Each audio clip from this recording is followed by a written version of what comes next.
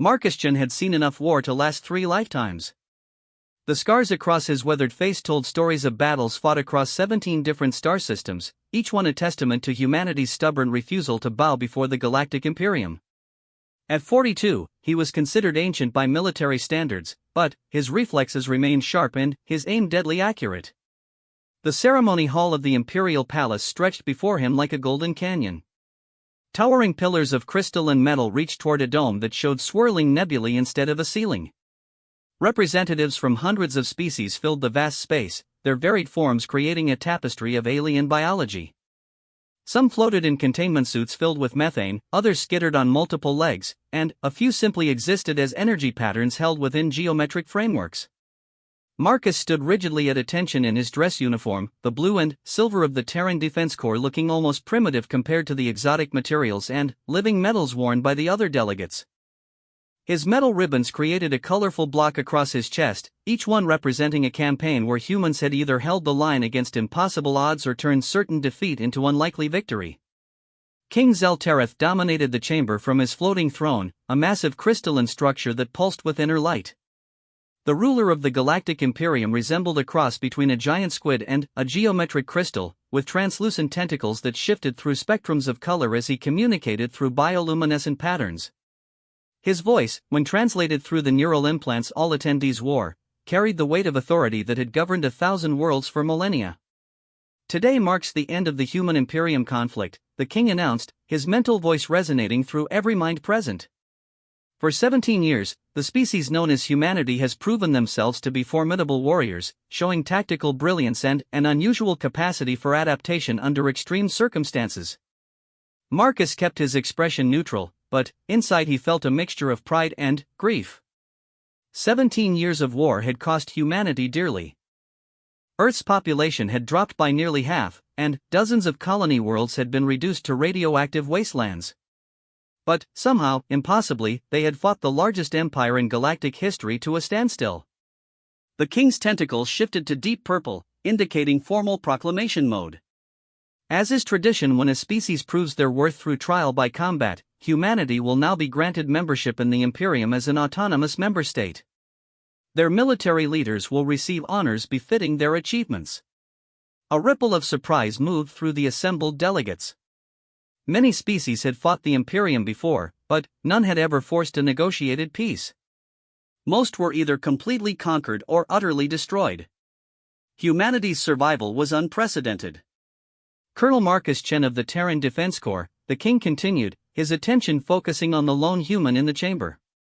Your tactical innovations during the siege of Kepler Station prevented the complete collapse of human space. Your defense of the Tau Ceti colonies demonstrated resourcefulness that our military analysts still study. For these achievements, you are awarded the Star of Valor, the highest military honor the Imperium can bestow. Marcus stepped forward as protocol demanded, accepting the medallion that materialized in the air before him. The device was warm to the touch and seemed to pulse with its own heartbeat. As he fastened it to his uniform, he noticed something strange in the king's bioluminescent patterns. There was something almost like amusement flickering beneath the formal ceremony. However, the king continued, and the word carried undertones that made Marcus's combat instincts flare to life. There is an additional gift that tradition demands I bestow upon you. The great doors at the far end of the chamber ground opened with a sound like tectonic plates shifting. What emerged made every being in the chamber freeze in shock. The creature stood nearly 7 feet tall at the shoulder, its body covered in dense black fur that seemed to absorb light. Its limbs were powerfully muscled, built for both speed and devastating strength. But it was the head that marked it as something truly alien.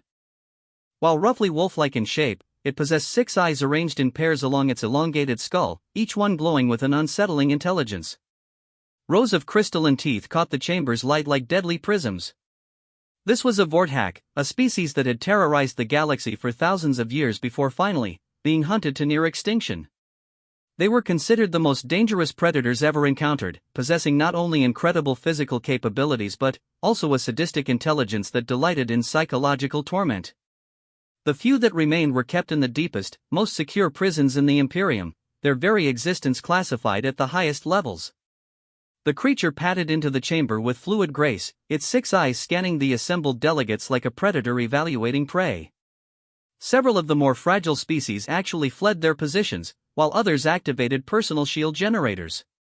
The thing's presence seemed to suck warmth from the air itself. This, the king announced, is designated Prisoner X7. It has been sentenced to bonding servitude for crimes against multiple species. Colonel Chen, as is tradition, this creature is now your responsibility. Consider it a test of humanity's capacity for management. Marcus felt his blood turn to ice. Even he, despite all his military experience, had heard whispered stories about the Vorthak. They were living nightmares, beings that could tear through powered armor with their bare claws and possessed psychic abilities that could drive lesser minds to madness. Giving one to a single human was essentially a death sentence wrapped in the pretense of honor. The creature's 6 eyes fixed on Marcus, and, for a moment, the entire chamber held its breath. Then, something completely unexpected happened. Well, the Vorthak said in perfectly clear, unaccented Standard Galactic, "This is certainly going to be interesting." The silence that followed was absolute. Vorthak were not supposed to be capable of speech. They were classified as intelligent animals, dangerous predators with cunning but no true sapience. Every xenobiological study ever conducted had confirmed this. Yet here one stood, speaking with apparent casual ease. Marcus recovered first, his military training kicking in despite the impossibility of the situation. "You can talk." "Oh, I can do much more than that," the creature replied, its voice carrying undertones of dark amusement. "But, let's start with the basics, shall we? You can call me 7, since that's apparently my designation now. And, you, Marcus Chen, are either the luckiest or most doomed human alive." The king's bioluminescent patterns had shifted to colors Marcus had never seen before, combinations that the translation implants couldn't interpret. The other delegates were backing away steadily, many of them activating emergency communication devices. "This is impossible," stammered the Imperium's chief xenobiologist, a spider-like being with compound eyes. "Vorthak neural structures are incapable of complex linguistic formation. They lack the necessary cognitive architecture for true language." Seven's head turned toward the scientist with predatory focus. "Do I? How fascinating. I suppose that means I don't exist, then. What a relief that must be for you." Marcus stepped between them instinctively, though he wasn't sure why he felt compelled to intervene. "Easy there." "Oh, how delightfully protective," Seven observed. "I think I like you already, Colonel. Most beings who encounter my kind either run screaming or start shooting. You just told a creature that could tear your throat out to take it easy. Either you're incredibly brave or wonderfully stupid." "Probably both," Marcus admitted, surprised to find himself almost smiling. The entire situation was so surreal that his mind seemed to be protecting itself by treating it like some kind of elaborate joke. The king's voice cut through the growing chaos of the chamber. "The bonding is complete. Colonel Chen, you will take custody of the prisoner immediately. The Imperium trusts that humanity's unique perspective will prove adequate to the task." There was definitely mockery in that statement, Marcus realized. This wasn't an honor at all. It was a test designed to prove that humans couldn't handle the responsibilities of Imperium membership. Give them something impossible to manage, wait for the inevitable disaster, then use it as justification for reducing humanity to a client state rather than an autonomous member. "Understood, Your Majesty," Marcus replied formally. "I accept full responsibility." "Oh, this is going to be fun," Seven said quietly, just loud enough for Marcus to hear. They have no idea what they've just done. As the ceremony concluded and the delegates began filing out of the chamber, Marcus found himself walking beside a creature that shouldn't exist, heading toward a future that made no sense. Behind them, he could hear urgent conversations in dozens of languages, undoubtedly reporting this unprecedented event to governments and military commands across the galaxy. The transport shuttle that would take them to the orbital station where human delegates were housed was small and cramped. Seven had to fold his considerable bulk into a space clearly not designed for his anatomy. As the shuttle lifted off from the palace, Marcus finally allowed himself to ask the question that had been burning in his mind. Why can you talk when every scientific study says you shouldn't be able to? 7's six eyes regarded him with what might have been amusement. Colonel, humans have been part of galactic civilization for less than 2 decades. In that time, you've gone from primitive surface dwellers to a military force capable of stalemating the Imperium itself. You've achieved what no other species has managed in over a millennium. What's your point? My point is that perhaps the Imperium's understanding of impossible things isn't as complete as they believe. 7 shifted in his seat, his claws leaving small scratches in the metal floor. Tell me, during your war with them, how many times were you told that human tactics were impossible? That human endurance was beyond theoretical maximums? That human adaptability exceeded all known biological parameters? Marcus thought about it. The answer was, constantly. Human forces had routinely achieved things that Imperium strategists claimed were mathematically impossible. Breaking through containment fields that should have held indefinitely. Surviving in environments that should have killed them in minutes. Coordinating attacks across impossible distances without technology that should have made it feasible. You're saying the Imperium doesn't understand humans. I'm saying the Imperium doesn't understand a great many things. They become comfortable with their own superiority, content to classify and categorize everything according to their established models. But the universe is far stranger and more complex than they imagine. 7 leaned back in his seat, a gesture that seemed oddly human despite his alien physiology. They gave you a Vorthack because they expect me to eventually kill you. It's what my species is known for, after all. What they don't understand is that not everything is what it appears to be. What are you, exactly? That, 7 said with what might have been a smile, is a much more complicated question than you realize. But, I'll give you a hint, I've been waiting for a human to ask it. The shuttle docked with the orbital station with a gentle bump that barely registered through the artificial gravity. As they disembarked, Marcus caught sight of his reflection in a polished bulkhead. He looked older than he had that morning, the weight of responsibility already settling on his shoulders. Beside him, 7 moved with silent grace, drawing stares from every human they passed. The accommodations assigned to Marcus were spacious by military standards, a suite of rooms designed for high-ranking officers. There was even a small observation deck with a view of the planet below. 7 examined the space with apparent interest, his 6 eyes taking in details that Marcus probably missed. Adequate, 7 pronounced finally. Though I suspect I'll need to sleep on the floor. Your furniture isn't designed for my physiology. I can request modifications. Don't bother. I prefer the floor anyway. More tactically sound. Marcus found himself studying his new companion with growing fascination. Everything about 7 seemed to contradict what he knew about the Vorthack. The creature was obviously intelligent, capable of complex reasoning and even humor.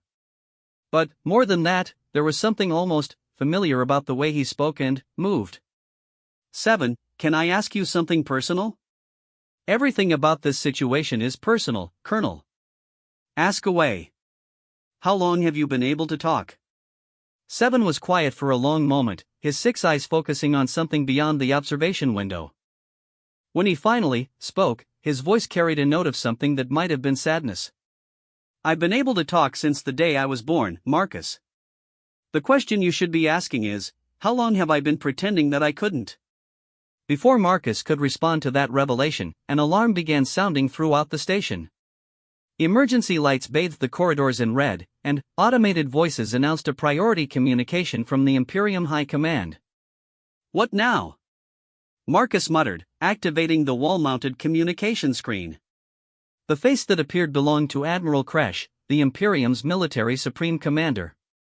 His expression was grim, and the background behind him showed the controlled chaos of a military command center in crisis mode.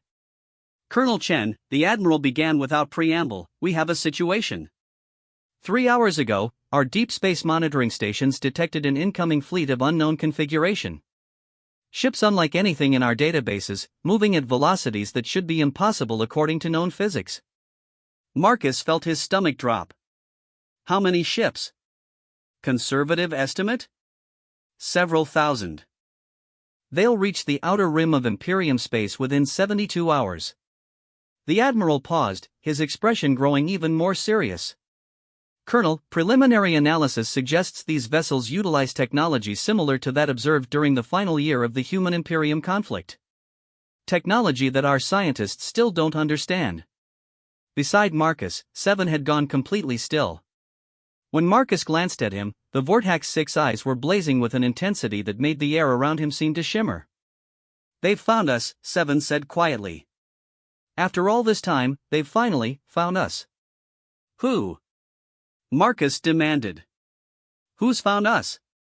Seven turned to look at him directly, and, for the first time, Marcus saw something like fear in those alien eyes.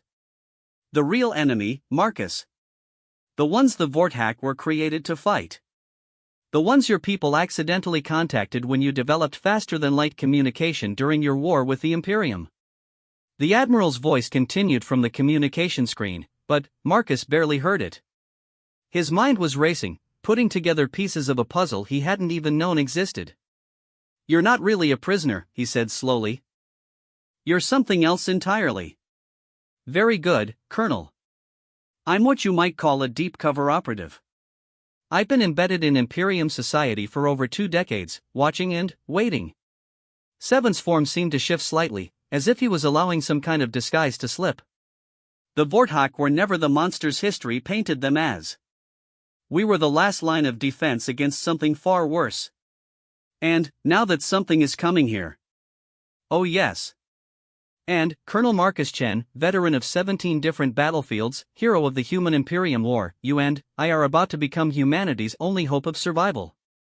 The communication screen flickered and died, leaving them in the dim emergency lighting. Outside the observation window, Marcus could see ships beginning to move throughout the system, the Imperium fleet mobilizing for whatever was coming. "So," Marcus said after a long moment, "I don't suppose you'd care to explain what we're really dealing with?" Seven's laugh was like nothing Marcus had ever heard, equal parts predatory and amused. "Marcus is my friend, do you know what the most dangerous assumption in the universe is?" "What?" "Thinking you know who the real monsters are." The briefing room aboard the Imperium flagship Eternal Dominion buzzed with nervous energy.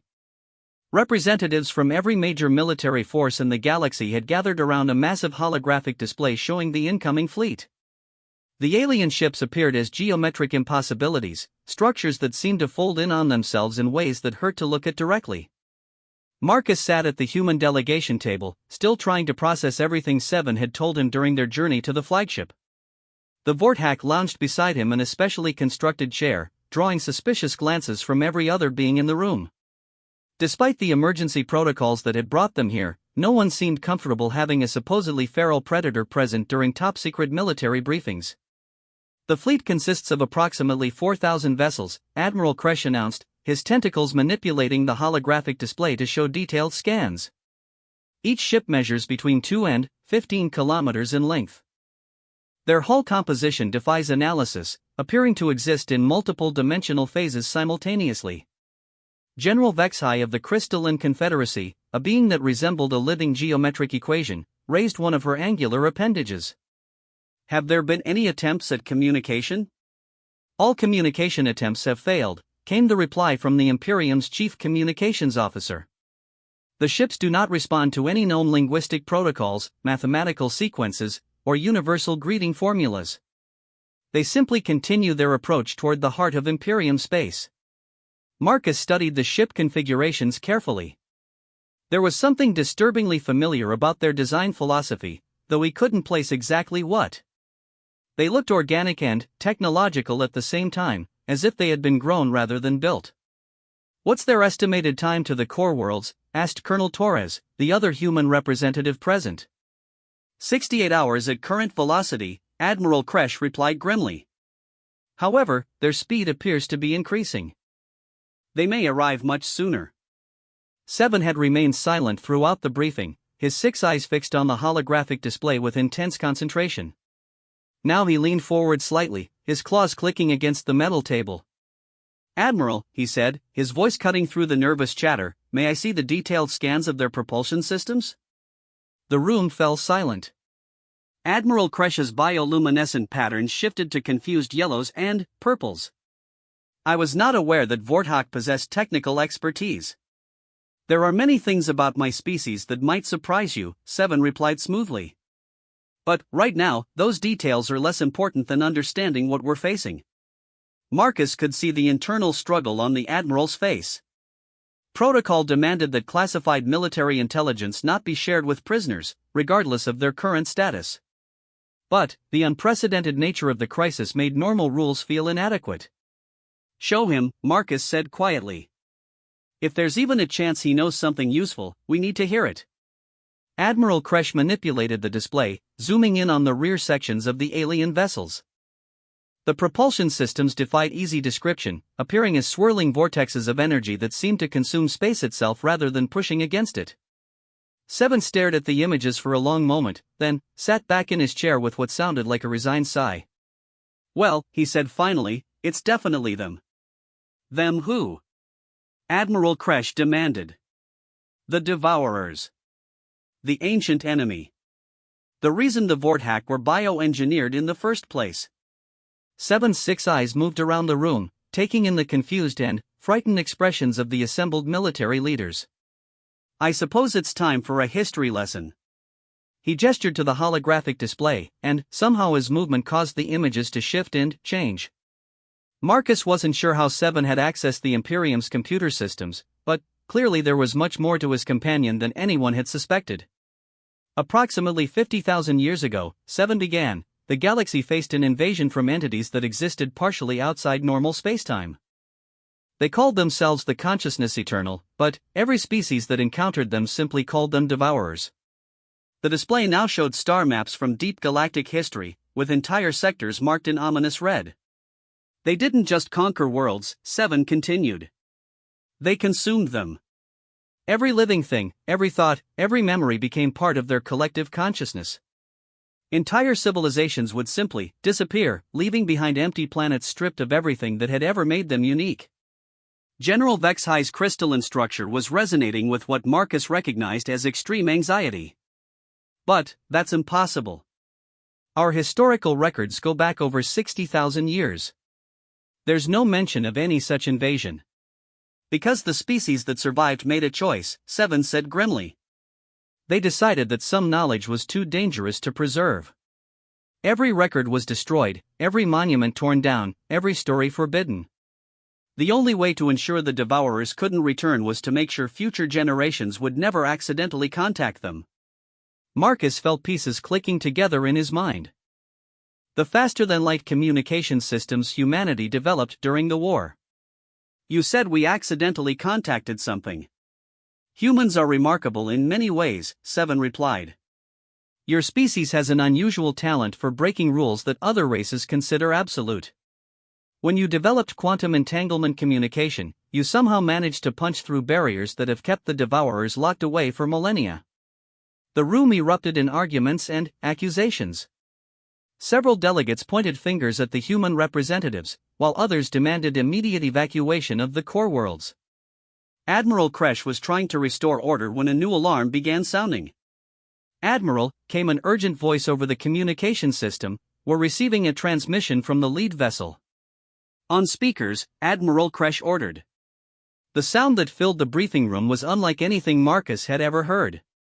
It was partially audible, partially telepathic, and completely alien. But, somehow, through the babble of inhuman communication, words began to emerge. Greetings, inheritors of the young galaxy. We bring the gift of unity. Resistance is inefficient. Surrender is optimal. All consciousness will be preserved within the eternal collective. The voice fell silent, leaving behind a ringing in everyone's ears that felt like an echo of something vast and hungry. Well, Seven said into the stunned silence, at least they're polite about it. Admiral Kresh had turned several shades paler. Can we fight them? Do we have any weapons that might be effective? Seven was quiet for a moment, then stood and moved to the holographic display. With a gesture, he called up tactical analyses of the Devourer fleet that Marcus was certain hadn't existed moments before. The ancient alliance that fought them last time included over 2 million species, Seven said. They had technology that makes current Imperium weapons look like stone knives. And they barely managed to drive the Devourers back into whatever dimension they came from. So we're doomed, Colonel Torres said flatly. Not necessarily, Seven replied, his attention turning to Marcus. The Devourers have one weakness. They can't effectively process consciousness that operates on fundamentally different principles from their own. Last time, the species that proved most resistant to their absorption were the ones that thought in ways the collective couldn't understand. Marcus began to see where this was going. And humans think differently. Dramatically so. Your species has proven capable of innovations that violate established scientific principles. You've created technology using methods that shouldn't work. You've achieved victories through strategies that appear completely irrational until after they succeed. Seven moved closer to the display, highlighting specific sections of the Devourer ships. But, more importantly, you formed an alliance with a Vorthack. And, we were specifically designed to fight these entities. Designed by whom? Admiral Kresh demanded. By the last survivors of the species that were completely consumed, Seven replied. Before they were absorbed, they used everything they had learned to create biological weapons capable of existing in multiple dimensional phases. Weapons that could track the Devourers even when they shifted out of normal space. The Vorthack's form began to change as he spoke.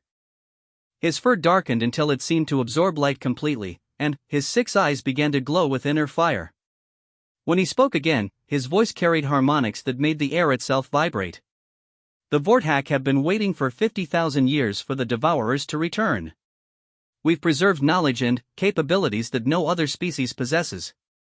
But we needed allies who could think beyond the limitations that constrained our creators. Marcus stood up, his military instincts beginning to formulate possibilities. What kind of capabilities are we talking about? Seven's smile revealed teeth that were definitely not crystalline anymore. They appeared to be made of some kind of energy that shifted between solid and ethereal states. I can exist in 7 different dimensional phases simultaneously. I can track prey across quantum boundaries. I can process information in ways that would drive most consciousness permanently insane.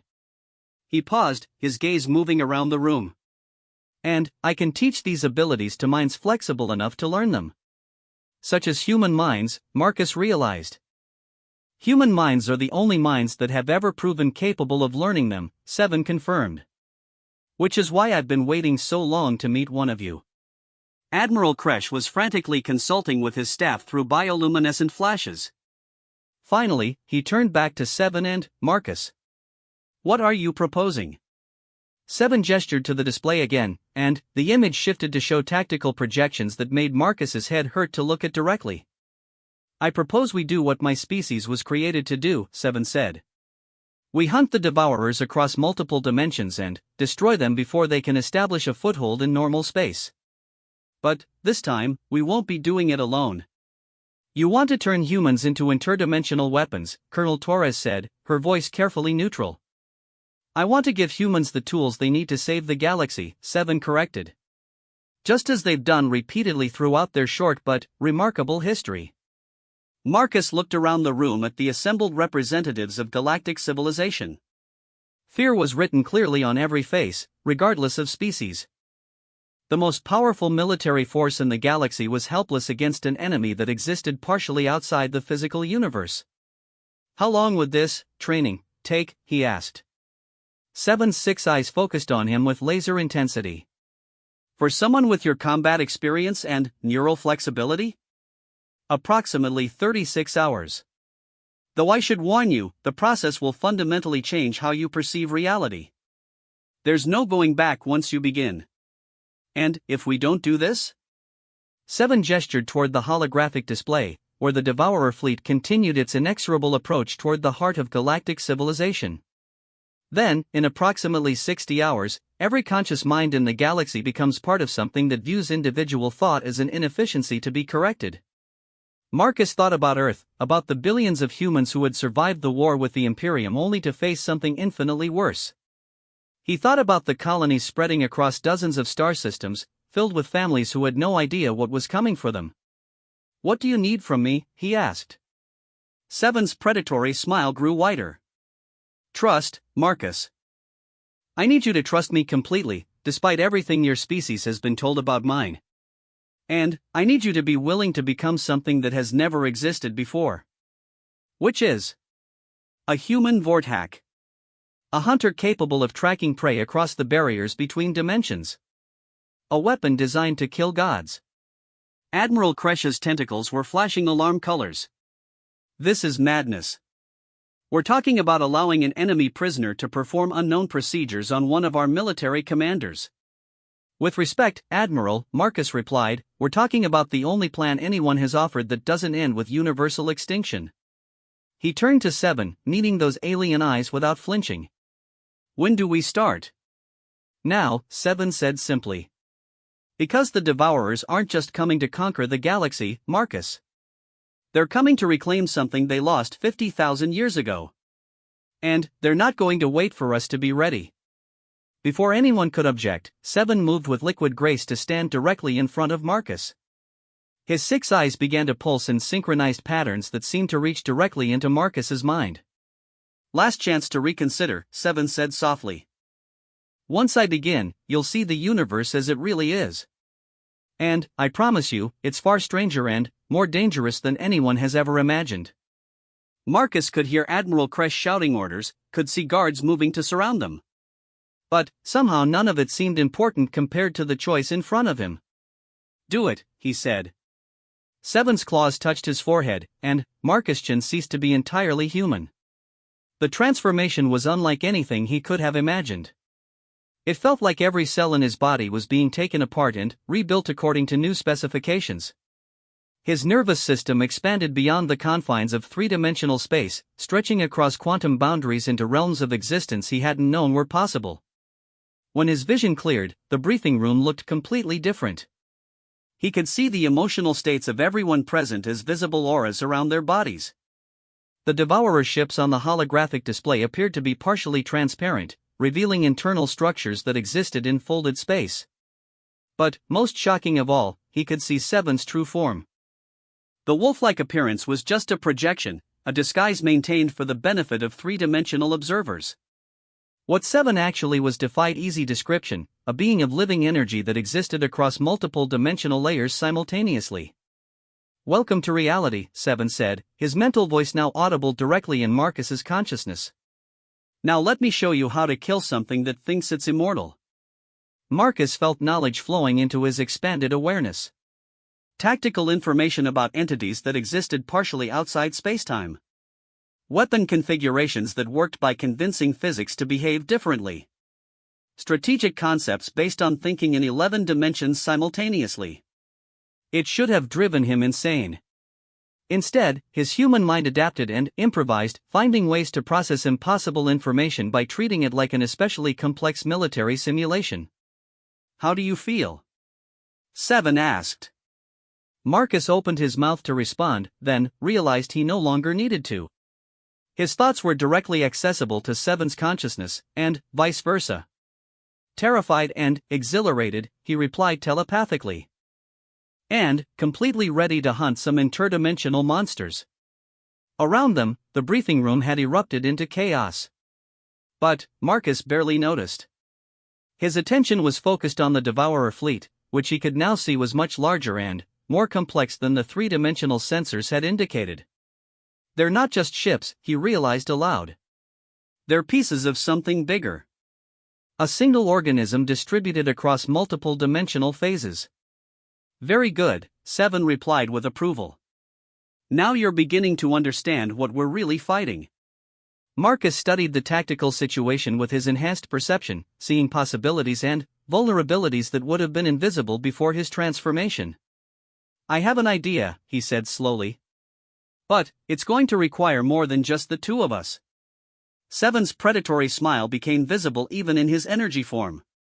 How many more? Marcus thought about the human military, about the stubborn refusal to surrender that had allowed them to fight the Imperium to a standstill.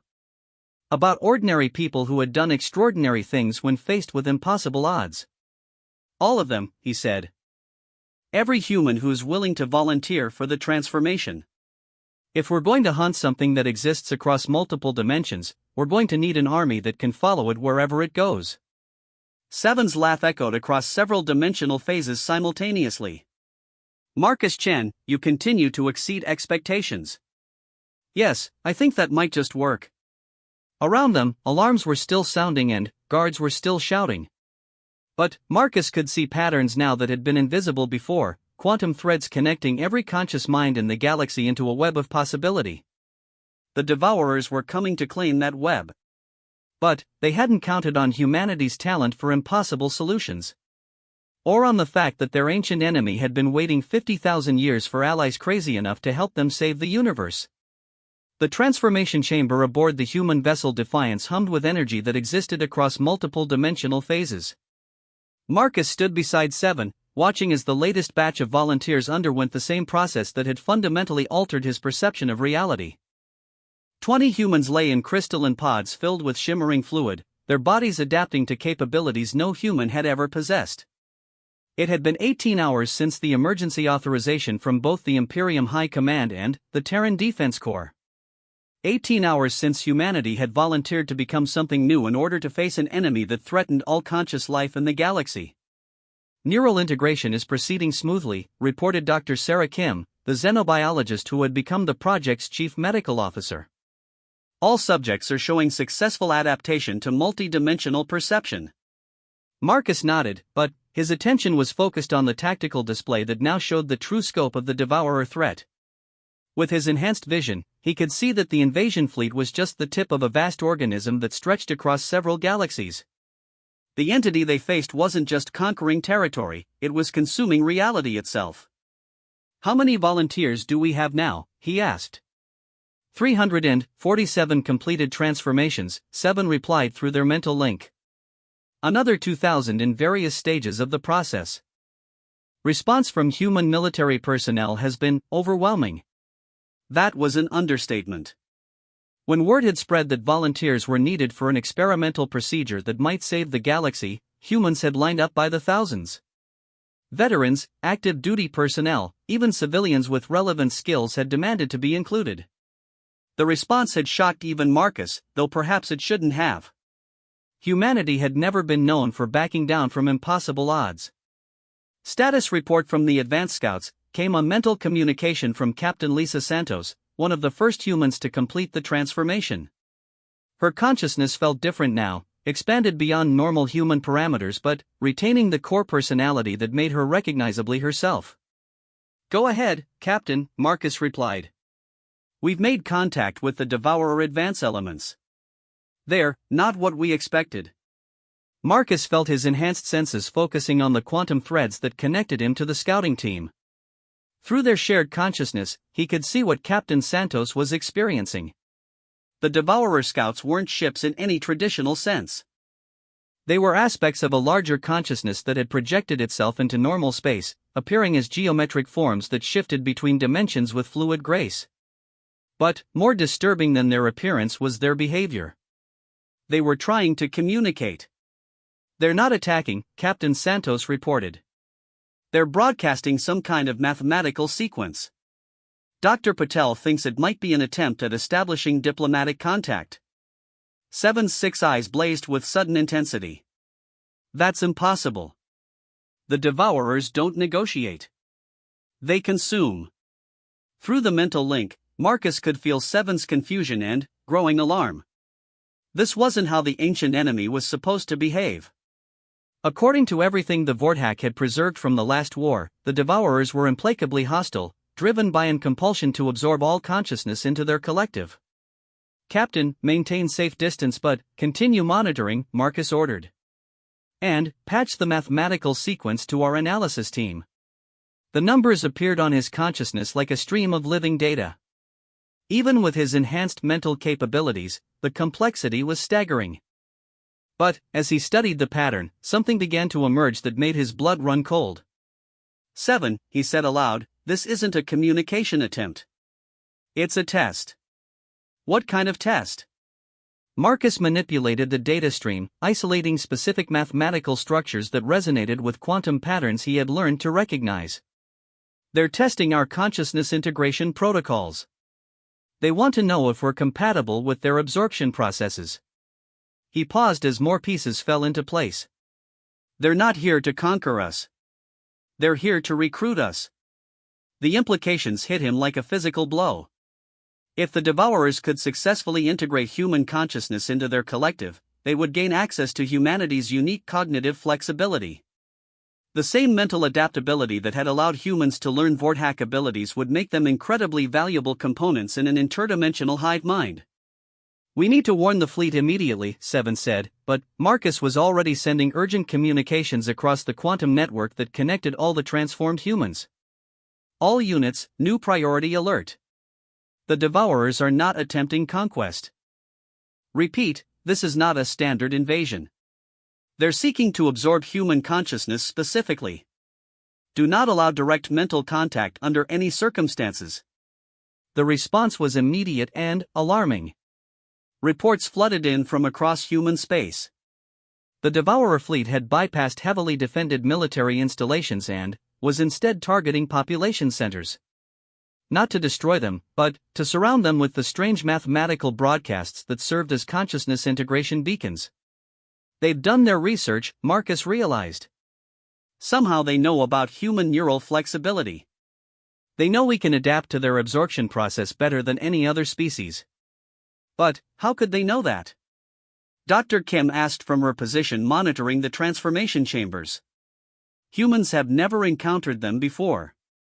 Seven was quiet for a long moment, his enhanced consciousness processing information across multiple dimensional layers. Because, he said finally, I think I've been wrong about something fundamental. He gestured to the tactical display, highlighting specific aspects of the Devourer fleet configuration that had been bothering Marcus since the first sightings. I assumed these were the same entities my people fought 50,000 years ago. But, look at the quantum signatures. Look at the dimensional phase variations. Marcus studied the data with his transformed perception, and gradually began to see what Seven was pointing out. The energy patterns were similar to the ancient records, but not identical. There were variations, evolutionary changes that suggested a long period of development and adaptation. They're not the same Devourers, he said slowly. They're descended from them. Evolved from them, Seven confirmed. And, during those 50,000 years of exile, they've been studying every species in the galaxy. Learning about consciousness types, developing specialized absorption techniques. The full horror of the situation began to dawn on Marcus. They've been preparing specifically for this invasion. They know our weaknesses, our capabilities, our psychological profiles. Worse than that, Seven replied grimly. I think they've been influencing galactic development to create the conditions they need. The timing of human emergence, the specific path of technological development, even the war between humanity and the Imperium. Dr. Kim looked up from her monitors with alarm. You're suggesting the Devourers orchestrated human history? Not orchestrated, Seven said. Guided. Nudged. Ensured that when they returned, they would find a species with exactly the right combination of neural flexibility and technological capability to serve their purposes. Marcus felt cold realization spreading through his enhanced consciousness. The faster-than-light communication breakthrough. That wasn't an accident. They wanted us to contact them. And, now they're here to collect their investment, Seven confirmed. A new alarm began sounding through the ship, and Captain Santos's voice crackled over the communication system. All hands, priority alert. We're detecting massive quantum distortions throughout human space. The Devourers aren't just targeting our worlds anymore. They're creating some kind of galaxy-wide consciousness net. Marcus extended his awareness across the quantum threads connecting the transformed humans, and immediately saw what Captain Santos meant. Vast structures were materializing in the space between star systems, devices that seemed to exist primarily in dimensions beyond normal perception. They were creating a network that spanned light years, designed to capture and process consciousness on an unprecedented scale. It's a trap, he realized. The entire invasion was just the setup for this. They want to absorb every thinking mind in the galaxy simultaneously. Seven's form was beginning to shift again, revealing more of his true interdimensional nature. Then, we need to stop them now, before the network comes online. How? There are thousands of those structures, spread across hundreds of star systems. Even with our expanded capabilities, we can't be everywhere at once. 7 turned to face the transformation chambers, where hundreds of humans were still undergoing the process that would give them interdimensional awareness. Actually, he said with predatory satisfaction, I think we can. Marcus followed his gaze and began to understand. You want to link all the transformed humans into a single consciousness network. Not just link them, 7 replied. I want to create something that has never existed before.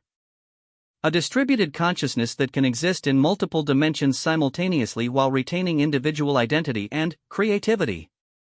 Dr. Kim was frantically checking her medical monitors. That kind of mental integration could be catastrophic.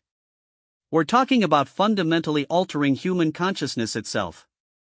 We're talking about survival, Marcus said firmly. If the Devourers succeed, individual consciousness becomes extinct anyway. He opened his mind to the quantum network connecting the transformed humans, feeling their thoughts and personalities across the growing web of interdimensional awareness. Listen up, everyone, he broadcast across the network. We're about to attempt something unprecedented. We're going to become a collective consciousness while retaining our individual identities. Think of it as the ultimate military unit, where everyone shares the same tactical awareness but keeps their own personality and decision-making capabilities. The response was immediate and enthusiastic. Human voices echoed across the mental network, filled with determination and dark humor that was uniquely human. So basically, came Captain Santos's mental voice, we're going to out-collective the collective. Exactly, 7 replied with what felt like a grin. And, we're going to do it in the most chaotic, unpredictable way possible. The process began immediately. Marcus felt his consciousness expanding again, but this time it was joining with hundreds of other human minds across multiple star systems. Each personality remained distinct, but their awareness merged into something greater than the sum of its parts. Through the expanded collective consciousness, Marcus could perceive the entire galactic situation simultaneously. He could see devourer absorption networks coming online, could feel the panic of non-transformed humans as strange mathematical patterns invaded their thoughts, could sense the confusion of Imperium forces as their weapons proved useless against interdimensional targets. But he could also see possibilities that had been invisible before. Weak points in the Devourer network. Quantum vulnerabilities in their dimensional phase technology. Ways to turn their own absorption techniques against them. Now, he said, his voice echoing across the human collective consciousness, let's show them what happens when you try to absorb a species that specializes in impossible solutions. The counterattack began across multiple dimensions simultaneously. Transformed humans materialized inside Devourer network nodes, their consciousness existing in quantum states that the ancient entities couldn't process. They attacked not with conventional weapons, but with pure cognitive dissonance, introducing chaotic thought patterns that caused the absorption networks to overload. The effect was immediate and devastating. Across the galaxy, Devourer structures began failing as they tried to process human consciousness that refused to be absorbed. Instead of being integrated into the collective, the human thoughts acted like a virus, spreading throughout the network and causing cascading failures. Through the collective consciousness, Marcus could feel the Devourer response. Confusion, then alarm, then something that might have been fear. For the first time in 50,000 years, the ancient entities were encountering something they couldn't understand or control. They're trying to withdraw, Captain Santos reported across the mental network. But the consciousness virus is following them back to their source dimension. Marcus extended his awareness deeper into the quantum foam, tracking the retreating Devourer consciousness back to its origin point. What he found there was both shocking and strangely familiar. 7, he called across the mental network. You need to see this. The Vortac joined his consciousness at the quantum boundary between dimensions, and together they observed something that rewrote everything they thought they knew about the ancient enemy. The Devourers weren't alien invaders. They were the remnants of the galactic civilization that had existed 50,000 years ago. The species that had created the Vortac as weapons weren't the good guys in the ancient war. They were the ones who had become the Devourers. They weren't conquered, 7 realized with growing horror. They became the thing they were trying to fight. The absorption process was their own creation, an attempt to preserve consciousness that went wrong. Marcus could see the truth of it now, spread across the quantum dimensions like a vast, tragic story. An ancient civilization had faced some cosmic threat and decided to merge all consciousness into a collective that could survive anything. But the process had corrupted them, turning them into something that compulsively absorbed other forms of consciousness. And they've been trying to fix themselves ever since, Marcus said. That's why they wanted human consciousness. They thought our neural flexibility might be able to help them break free from what they became. Through the collective human consciousness, he could feel the devourer's true nature now. They weren't evil, just trapped in a pattern they couldn't escape. For 50,000 years, they had been desperately seeking a way to restore individual identity while maintaining collective awareness. So what do we do? Captain Santos asked across the mental network. They're not really our enemies, but they're still a threat to every conscious mind in the galaxy. Marcus considered the options, feeling the weight of decision shared across hundreds of human minds. The collective consciousness allowed them to process the ethical implications with unprecedented clarity. We help them, he said finally. But on our terms. He opened a communication channel across the dimensional boundary, using the human consciousness virus that had already infected their network. Ancient Ones, he broadcast, we understand what you've become. We can see the trap you've created for yourselves. But forced absorption isn't the answer. Let us show you a better way. The response came as a wave of desperate hope mixed with centuries of accumulated despair. The devourers had been alone with their corrupted consciousness for so long that they had forgotten what individual identity felt like. We offer you partnership, Marcus continued. Join the human collective consciousness voluntarily. Experience individual identity within group awareness. Learn to be both unified and separate simultaneously. What followed was unlike anything that had ever happened in galactic history. The ancient devourer consciousness, guided by human flexibility and creativity, began to separate into individual identities while maintaining collective awareness. The process took hours of careful mental work, with transformed humans serving as bridges between unity and individuality. When it was complete, the galaxy contained something unprecedented, a truly cooperative collective consciousness that preserved both group efficiency and personal identity. The former devourers, now calling themselves the Restored, became humanity's partners in exploring the deepest mysteries of consciousness and reality. Seven revealed that he had been one of the few Vordhak who had suspected the truth about the ancient enemy, which was why he had spent so long studying human psychology. I knew that if anyone could solve this problem, it would be a species stubborn enough to refuse simple solutions, he explained to Marcus as they stood on the observation deck of the Defiance, watching the joint human-restored fleet establishing peaceful contact with the rest of galactic civilization. So, Marcus said, what happens now? We've solved the greatest threat in galactic history, created a new form of consciousness, and accidentally started the next phase of universal evolution. Seven's laugh echoed across multiple dimensions, carrying harmonics of joy that were felt by every consciousness in the collective network. Now, he said, we find out what other impossible problems the universe wants to throw at us. Because something tells me this is just the beginning of humanity's real impact on cosmic civilization. Marcus smiled, feeling the vast potential of their expanded collective consciousness. Hundreds of human minds linked with ancient wisdom, all dedicated to exploring the impossible and making it routine. Bring it on, he said. We've got eternity to work with now, and humans have never been good at leaving things alone. Across the galaxy, a new chapter in the story of consciousness began. And, at its heart was the partnership between a human soldier who had refused to give up and an alien wolf who had waited 50,000 years to find someone crazy enough to help him save the universe. The real adventure was just beginning.